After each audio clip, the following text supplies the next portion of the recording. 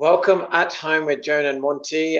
Joan, how are you today? I'm fine, Monty. Nice to see you. How are you today? I'm really well. We've got some exciting guests coming today. I've got David Nash, Yes.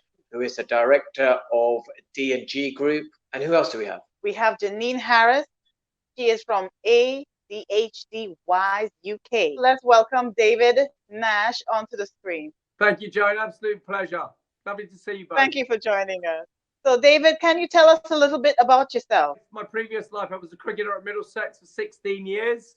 I played throughout the England under 15, 17, 19s age groups, played for England A, but didn't manage to go on to achieve any higher honours in cricket. So probably for the ability I had as a young cricketer, I didn't achieve what I should have done in the game. Well, you seem to have a very successful career as raising money for charities. Tell us how long you've been in the business of raising funds for various charities. So I was very lucky when I was finishing my cricket career. I was awarded a benefit year, and in that year I was able to raise substantial funds for a charity close to my heart, Shooting Star Chase Children's Hospice in Hampton, which is near where I live. So I had an idea to set up a business giving back because obviously cricket gave me a lot in life. So I wanted to give back, and I set up a business with my brother. Hence, D&G was originally David and Glenn when we started out of a spare bedroom at mum and dad's house, which has now got into standing for delivering and giving.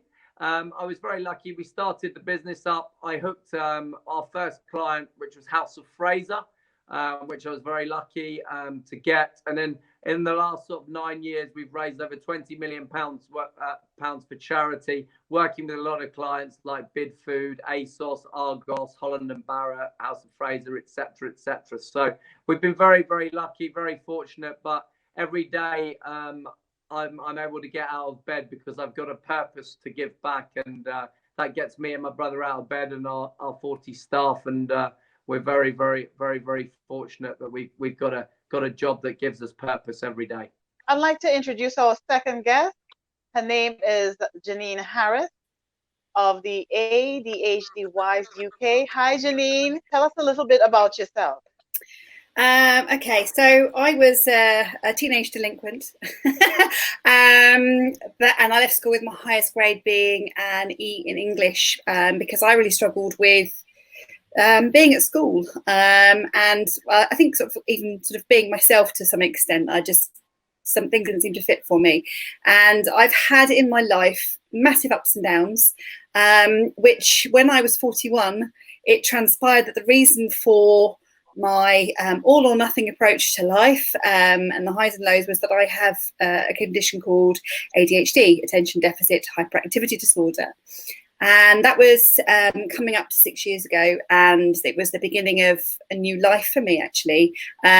And as much as I'm the girl that left school with the highest grade being in English, because I was very rarely at school, to be fair, I'm now on my third master's degree and applying to do a PhD in coaching and mentoring, actually, because actually what I've worked out is I'm a superb entrepreneur, which is quite typical of the ADHD mindset and the neurodiversity way of being. But actually I trained as a teacher, and I've been a teacher, and I left teaching at the beginning of 2019. So I've been running ADHD full time since then. And, you know, with that entrepreneurial spirit that I'm sure David will also has, it's just, you know, it's great because I have that purpose and that meaning, and there's sort of there's goodness behind everything that I do. At the same time as trying to earn money for myself and my family, I do as much as I can for other people. Is it difficult to identify and diagnose ADHD?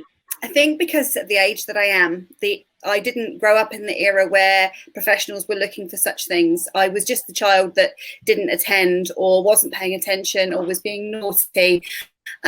So these days we might look at reasons behind that, but back then people really didn't. It was just, you know, if you didn't fit what was going on around you, you were just sort of sat in the background or creating havoc and therefore not at school. So I think they look for it more now than they did then. Is it hard to diagnose? It's a lengthy process. It's very thorough in the UK.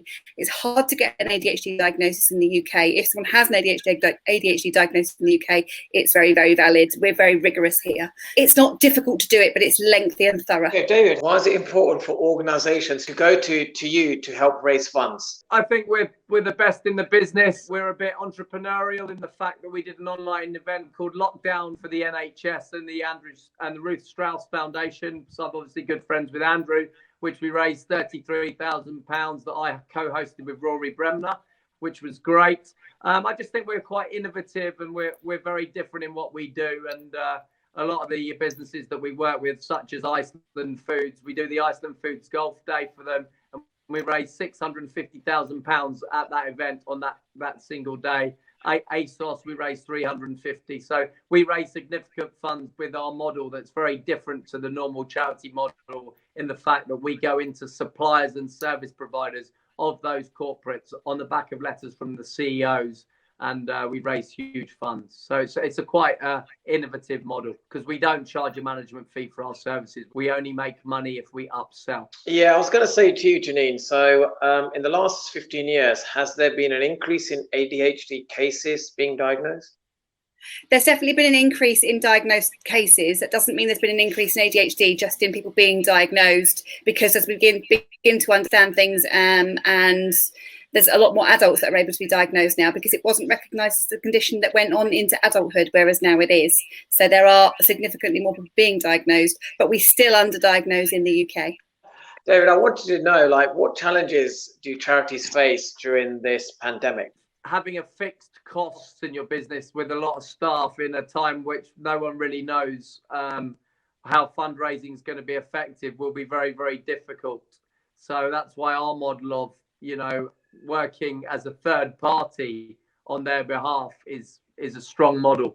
Janine, I'd like to ask you, has the government made sufficient provision for people who are suffering from ADHD and their families? Gosh, I think that's a question for all families, regardless of whether there's any special needs or anything involved. I think it's been a very, very difficult time. Generally speaking, there is a fund called the Access to Work Fund, which is a Department of Work and Pensions fund that funds coaches, so people like me, to support individuals who are either employed or self-employed.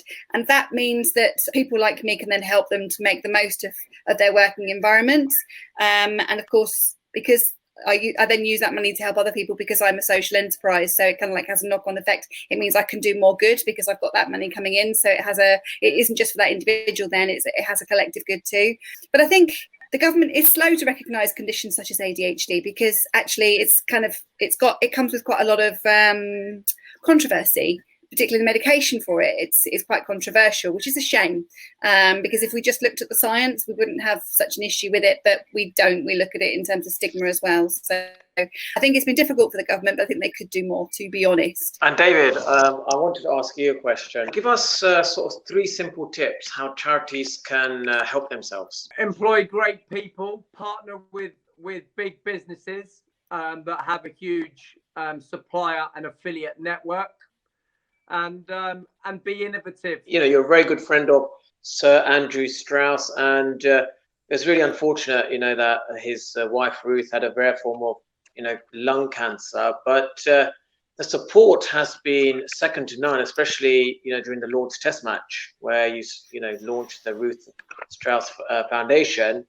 Tell us, you was going to, run a marathon with Angus Fraser for the charity. So obviously, Andrew Strauss is a standout human being, and people want to help standout human beings in their endeavours. And obviously, this endeavour to Andrew is very close to his heart in supporting the foundation in Ruth's memory. Ruth was an unbelievable person.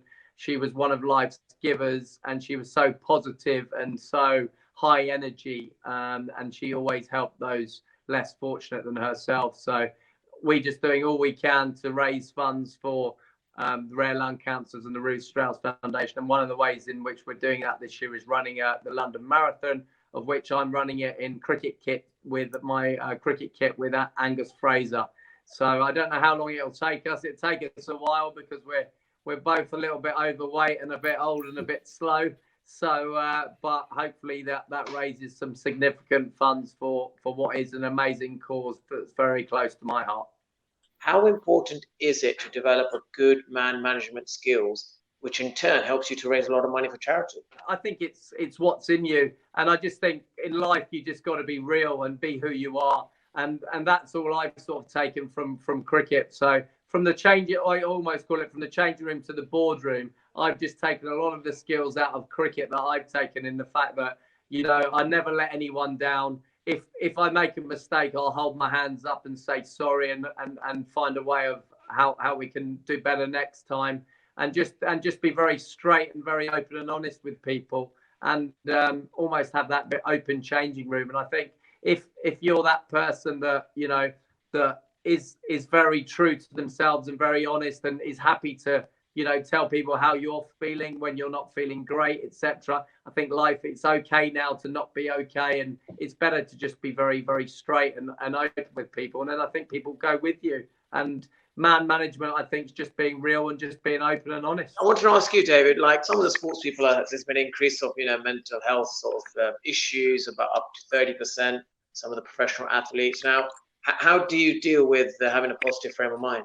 I'm one of those 30%, Monty. I struggle with really bad anxiety and depression. A lot of it came from my cricketing days when really I hated the last 8 years of my 16-year cricket experience. I was only really doing it because I didn't want to let my parents down, because they supported me from a young boy and they were supporting me all the way through. I would have given cricket up, you know, eight years before I did, but the only reason I carried on was because I honestly didn't want to let my parents down. And also I didn't know what else I really wanted to do, because at the time I had no purpose. So I was waking up every day just feeling like I had nothing in my life, just playing cricket. I wanted it to rain most of the time because I feared failure. So now my life, you know, I've got purpose. And that's the one thing I urge all cricketers to have, is something else in their life which gives them some kind of purpose. It can be anything, but I just think sometimes, you know, just being a cricketer is not really good enough. You've got to give back in some way, shape or form. And when you give back, it just makes you feel so great. And that has definitely helped in helping my anxiety and my mental health state, because I've now got a purpose in life, and I feel that I've got something that I really want to achieve that can actually help other people. Thank you so much, David, for that, because it's so important for us to give back. It's so important for us to get involved. Janine, what about yourself? What is neurodiversity? Okay, so neurodiversity is the umbrella term for conditions such as ADHD, autism, dyslexia, dyspraxia, Tourette's, that sort of thing. So the neurological differences that we have, 20% of people are neurodiverse. Yeah, a lot of people walking around have actually got differences that are not acknowledged and not supported. So David, to date, how much funds have your organization raised for various charities? We're coming towards 21 million now, Monty. So we're very, very proud of that. When we started the business, we didn't know at all how the business was going to go and who were going to support us, but we're absolutely over the moon with where we're at. We do 180 events every year across our business. So we're very, very proud of what we do. And we're very, very lucky and fortunate that we're in a position of giving. And how important is it to generate good leads? You know, it's difficult sometimes to knock on a door of a CEO and it's like, oh, it's another person who just wants an opportunity. People actually want to really help other people. And if you've got humility and you do it in the right way, people have, I mean, when I got our first client, House of Fraser, I took a ticket at an event that I knew a load of C-level execs were going to be at. And I just went round up to a few CEOs of the FTSE businesses that were there. While they were at the table, I Googled what they looked like and their name from the table plan. And I went up to John King at House of Fraser and said, look, John, you haven't currently got a foundation. I believe that we could get you a great foundation. It'd be great for your CSR program. And I think we could do great work for you. Someone gave you your opportunity, John, in business. Can you please give me mine? And I was in the following Tuesday, and then we signed the contract, and he gave me my first opportunity. That is wonderful. The people at the top are generally the best people because they've got nothing to prove. and someone always gave them their opportunity. So the key for me in business, go to the people at the top, because then you don't have to have sign off for everyone else. In closing, what words of wisdom would you like to give our viewers out there? My words of wisdom simply will be yourself and just enjoy giving back. And the other thing is that now's a real time that we need to look at all our loved ones and our friends and put an arm around them and just find out if they all are okay, because it is okay to not be okay. And Janine, what advice do you give to our viewers? I think if things aren't working for you, change them as best you can. But having massive amounts of purpose in your life, knowing why you're doing what you're doing, is going to make it easier for you to do it on the good days and the bad days. We'd like to thank our guest Jannine Harris from the ADHD Wise UK, and we'd like to thank our other guest, David Nash. I'll help you there, Joan. David Nash. Thank you so much for joining us on the show today. Thank you, Joan.